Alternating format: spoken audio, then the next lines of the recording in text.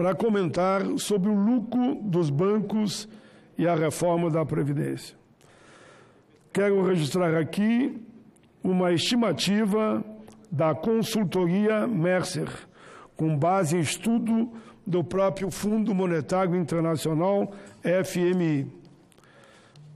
Calcula que os bancos privados devem lucrar cerca de 480 bilhões em 10 anos com a reforma da Previdência. Ou seja, o que nós já vínhamos alertando há muito tempo, já no ano passado, quando o próprio presidente Michel Temer encaminhou, e depois quando o governo atual encaminhou a proposta, que contra o nosso voto foi aprovada.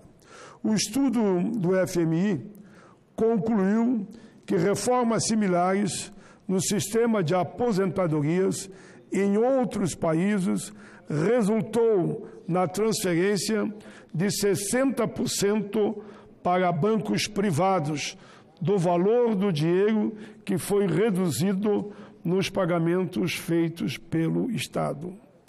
Eu lembro que essa informação eu já tinha passado aqui, foi amplamente divulgada pela própria imprensa nacional. Reafirmo, eu lembro que essa informação que eu estou passando aqui foi amplamente divulgada pela própria imprensa nacional. A consultoria afirma que com a reforma da Previdência, os brasileiros serão obrigados a poupar muito, muito mais para a velhice. Abro aspas, que a palavra é da consultoria.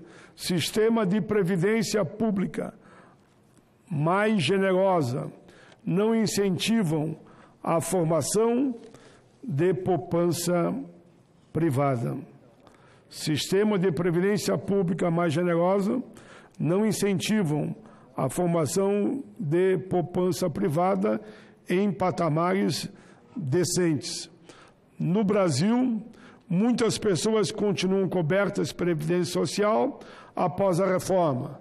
Diminuiu o valor, mas não ficam protegidos pela Previdência. Mas outro grupo significativo terá benefício com valores muito, muito menores, a partir de regras de acesso mais rígidas, e terá também que pagar mais na Previdência privada. Os mais pobres, segundo a consultoria, não terão incentivos para poupar, pois gastam todo o orçamento com a Previdência. Ficarão com uma Previdência pífia, a Previdência pública nos moldes que ficou, e não poderão também fazer a sua Previdência privada. A reforma da Previdência, segundo os cálculos que foram me apresentados, é um dos maiores desastres sociais incentivados e realizados pelo governo. O alvo é a grande maioria dos trabalhadores que se aposentariam com 1 a 3 salários mínimos. Trabalhadores que ingressaram muito cedo no mercado de trabalho, exercem as ocupações mais duras e que mais afetam a sua integridade física e psicológica, e é os que percebem menor rendimento e agora terão dificuldades enormes para se aposentar no chamado serviço penoso, insalubre e periculoso, que é as aposentadorias de alto risco, aposentadorias especiais. A reforma da Previdência penaliza os mais pobres, os mais necessitados, os que estão iniciando a trabalhar, reduz o valor das aposentadorias. Isso representa mais de 80% dos integrantes do regime geral da Previdência, famoso RGPS. A quem interessa aumentar essa miséria? A quem interessa fazer que a Previdência de fato vá à falência? Só interessa aqueles que querem, ali na frente, aplicar o regime de capitalização, como foi feito no Chile, no Equador, na Argentina, e todos nós temos assistido à situação de desespero. O exemplo mais visto é o do Chile, né? Onde a maioria está com salário mínimo, um benefício correspondente a meio salário mínimo, outros perderam tudo, e o governo é que tem que dar, então, essa ajuda, como se fosse um Bolsa Família, de meio salário mínimo. Por isso que o Chile está praticamente um mês com grandes mobilizações por toda aquele país, e uma das indignações, além do desemprego, claro, é o arroxo salarial que é imposto, mesmo naqueles que têm um emprego assegurado, e os benefícios que são vergonhosos naquele país. Repito, o governo está entregando todo esse manancial social de possibilidade de crescimento e de lucro para o sistema financeiro, principalmente para os bancos privados. É lamentável que tenhamos que constatar que nós estávamos com a razão. E aqui quem está falando é consultoria privada, é o próprio FMI, de que a realidade no Brasil ficará muito, muito difícil. Já tivemos uma reforma trabalhista do governo Temer, tivemos outra reforma trabalhista nesse governo com a chamada MP da Liberdade Econômica, agora estamos tendo outra reforma trabalhista com o chamado pacote verde-amarelo, MP 905. Eu tenho esperança ainda que essa MP seja devolvida. Ela faz 135 alterações na CLT, questões absurdas, como aquela que o empregador deixa de pagar os 20% sobre a folha e o desempregado vai pagar 7%. Calcula. O empregado recebe uma mixaria, né? Como dizia o Chico Anísio, e é isso aqui, ó.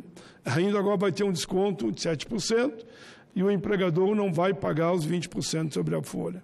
A periculosidade cai de 30% para 5%, o percentual que o trabalhador estava recebendo, e agora com a MP já não recebe mais, porque ela tem efeito imediato. O fundo de garantia, que era 8%, passou para 2%. Inúmeras categorias vão desaparecer, entre elas jornalistas e radialistas, que estão fazendo uma campanha a nível nacional, são em torno de 10, 12 categorias que vão desaparecer, entre eles, repito, jornalista e radialista. Estou só levantando algumas das questões, né, que preocupam a todos. Esta terceira reforma trabalhista, ela é tão cruel quanto outras duas. Então, teve uma, que é a segunda, da liberdade econômica, em que essa casa derrubou o artigo que dizia que ele poderia trabalhar domingos e feriado e o empregador daria uma licença durante a semana. Com isso, não receberia mais o adicional de horas extras, o mesmo em dobro, se trabalhasse domingo e feriado. Isto, essa casa já derrubou por unanimidade. E não pode, no mesmo ano legislativo, você querer que a mesma proposta seja votada pela segunda vez. E tem outras incoerências que a própria consultoria do Senado já levantou, e aí nós esperamos que essa MP, de preferência, seja devolvida. Se não for devolvida, caso seja instalada, que eu espero que não aconteça, nós teremos um longo debate, com muitas audiências públicas, que são mais de 1.890, 1.886, quase 2.000 emendas apresentadas nessa MP 905. Percebo eu que os trabalhadores, as suas entidades, estão fazendo debate em todos os estados. No Rio Grande do Sul, as centrais, federações e confederações, sindicatos, vão fazer ciclos de debate em todas as regiões para mostrar a gravidade desta terceira reforma, que já falam que vem uma quarta depois. Por isso que é fundamental que a população se mobilize, questione, passe correspondência ou mesmo WhatsApp para os senadores e senadoras e também para os deputados, de forma que essa proposta não seja aprovada. Repito, oxalá seja devolvida.